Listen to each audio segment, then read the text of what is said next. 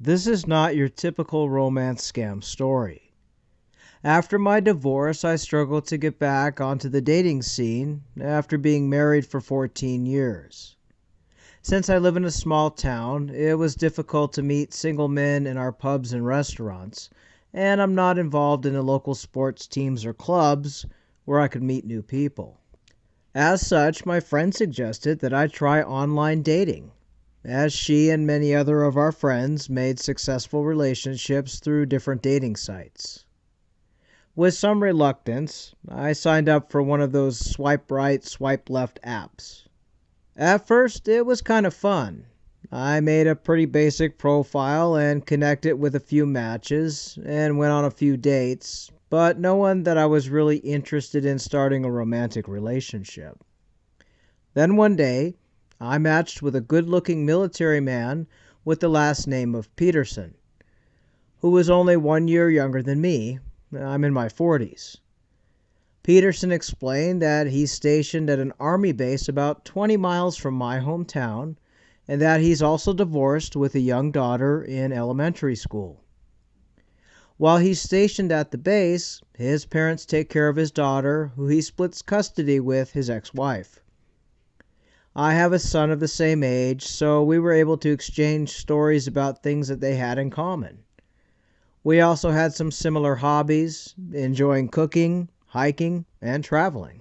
We chatted on the app for a couple of weeks, then exchanged numbers and started texting. We texted about everything: our families, our upbringing, our ex-spouses, our work, and exchanged photos to share what was happening in our day-to-day lives. Peterson had a lot of photos of himself with his buddies, and on the base, photos of him in a dress uniform, casual photos of him at home, photos with his daughter. So the whole story was very believable. After several weeks of texting, we finally set a time for a phone call, which was somewhat difficult given my busy work and parenting schedule and his busy work schedule. When I picked up this much anticipated call, his accent did not match his background, which was odd since he said he was born and raised in the United States. However, since this was the first time we had had an opportunity to talk, I put that thought aside and focused on the conversation instead. Peterson surprised me and asked me to be his date for the upcoming military ball. I was thrilled. Not only will I get to meet him in person, I'll also have an opportunity to attend this much coveted function alongside a handsome soldier. For those who are not familiar, each branch of the U.S. military hosts its own ball. The ball is a formal event attended by those serving in the military along with guests. You can expect military traditions at the ball, but it's mostly a social affair. Of course, I jumped at the opportunity and said yes. Peterson was excited too, and he said he would send me the details soon. Over the next few days, he shared the date, time, and location of the ball, which would be held right on the base. He then explained that the Army was going to use this occasion to fundraise a nonprofit called Wounded Warriors, and he asked that I make a donation as one of the guests for the ball. He said the suggested minimum was $1,000. I'm a big supporter of our military, so I jumped at this opportunity to make a donation, especially since Wounded Warriors is a real organization and they have programs for both veterans and active duty service members. Peterson explained that there is one person at the base in charge of collecting all the donations, so then that money can be sent to Wounded Warriors as one big donation on behalf of all of the members of this base. The story still made sense at this point, so I asked for instructions on how to donate. Peterson provided the name of the soldier collecting the donations. It was a foreign name, and I was instructed to wire $1,000 to this bank account. This should have raised a red flag, but I was so excited about finally meeting Peterson and attending the ball that I dismissed my doubts and went ahead with the wire. It was only when I went home and checked my email that I realized this was a fraud. Instead of the typical 501c nonprofit donation receipt, I received a poorly photoshopped memo thanking me for my donation. It had the Wounded Warrior logo, the Army logo, and the Fort's logo at the top, but the graphics were so poor, and so was the English in the letter.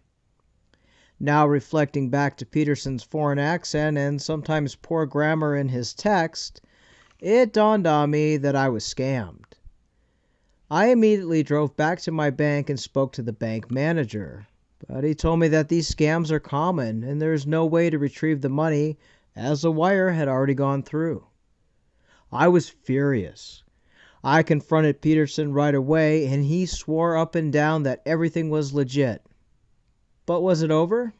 Of course not. We continued texting and wouldn't you know it, he soon tried to get more money from me. I decided right then and there that if I cannot get my $1,000 back, I'm going to waste his time. The next thing he tried to sell me was an overnight package for the ball, hotel accommodations on the base so we could spend the night together for another $500. He told me how wonderful the hotel was, how it is walking distance to the ball, and how he would love an evening sleeping on a comfy bed instead of the barracks, how he wanted to cuddle with me, and on and on. I told him that I made a reservation at a hotel right next to the base, and it was a lot cheaper. I also told him that I wasn't comfortable sharing a bed with him the first night we meet. Peterson tried to make all sorts of arguments to convince me into buying the $500 overnight package, but I wouldn't budge. After a few days of this, he gave up, but he kept going. A couple of nights before the ball, he texted me in the middle of the night saying that his mother was in a car accident and he needed to take emergency leave to go back to his home, to his family. Of course, this meant he cannot go to the ball. Surprise, surprise. Well, he didn't ask me for money to fund the emergency leave, which seems to be a common tactic. He did ask for my help with the medications for his mother once she was discharged from the hospital. He said the medicines were very expensive and weren't covered by insurance, and he asked me to help him by loaning him $5,000. I'm not falling for this game again, so I told him that I'd be happy to help. Just ask the hospital to send the prescription to the pharmacy and I'll call the pharmacy and pay them directly.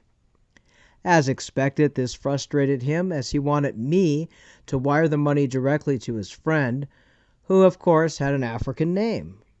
Over several days he persisted asking for the money, even trying to raise the urgency by telling me how much pain his mother was suffering. But again, I wouldn't budge. I even looked up the name of the pharmacy closest to his home address and told him that I spoke to the pharmacist about my proposal. I didn't make those calls, but the fact that I refused to wire him money infuriated him. Over the next few weeks, he tried different tactics to extort money, but each time I would come up with more and more ludicrous reasons why I couldn't give him money. Like once he asked me to pay him in cryptocurrency, but I told him that my company prohibited us from purchasing Bitcoin. After a while, he just gave up. I didn't hear from him anymore. All in all, I lost $1,000 to this scammer, but I'm glad I caught on early so I didn't lose any more. I still use dating apps, but I'm much smarter about how I connect with men. Ladies, always trust your instincts and educate yourself on potential scamming tactics like on Scamming Scammers. Thank you for the opportunity to share my story. We'd like to thank this lady for sharing her encounter with a so-called military man she met online. Oftentimes we think of these fake military profiles telling you that they need money for a leave or something else, but they also use the military ball as another excuse and often tell you that you have to pay so much money for a ticket or for a hotel package. At the end of the day, if someone you've just met online, no matter what romantic words they tell you, ask you for money, to wire money, or to send your bank account information or to buy gift cards, block that person right away because it's always going to be a scammer. Until next time, stay safe.